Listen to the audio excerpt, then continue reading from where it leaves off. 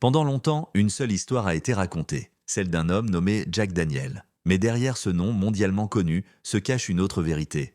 Longtemps oubliée, nous sommes au 19e siècle, à Lynchburg dans le Tennessee. À cette époque, un homme afro-américain réduit en esclavage maîtrise un art rare et précieux, la distillation du whisky. Son nom est Nathan Nearest Green. Nearest Green esclave appartient à Dan Cole, un pasteur qui possède un alambic. Mais l'alambic ne fait pas le whisky. Le whisky, c'est Nearest qui le crée. Il connaît les grains, la fermentation, le feu, le temps. Il maîtrise surtout une technique unique, le filtrage du whisky à travers du charbon de bois d'érable, ce qui donne une douceur particulière au breuvage. Cette méthode deviendra plus tard la signature du Tennessee Whiskey. C'est là qu'un jeune garçon fait son apparition, Jack Daniel. Curieux, attentif, ambitieux, il observe, il apprend, il écoute. Et celui qui lui enseigne l'art de distiller n'est pas Dan Cole, c'est Nathan Nearest Green. Pendant des années, Nearest transmet son savoir, pas une marque, pas un nom, mais une boisson, un goût, une méthode. En 1865, l'esclavage est aboli. Un an plus tard, en 1866, Jack Daniel fonde officiellement sa distillerie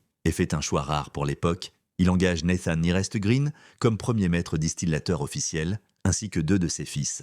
La vérité est simple, Nathan Nearest Green a créé la boisson. Jack Daniel a créé la marque. Jack Daniel avait la vision commerciale, le nom, l'entreprise. Nearest Green avait le savoir-faire, le goût, l'âme du whisky. Pourtant, l'histoire ne retiendra qu'un seul nom, celui inscrit sur la bouteille. Pendant plus d'un siècle, le rôle de Nathan Nearest Green sera effacé, comme tant d'autres contributions afro-américaines de l'histoire. Ce n'est que récemment que la distillerie Jack Daniels reconnaît officiellement le rôle de Nearest Green.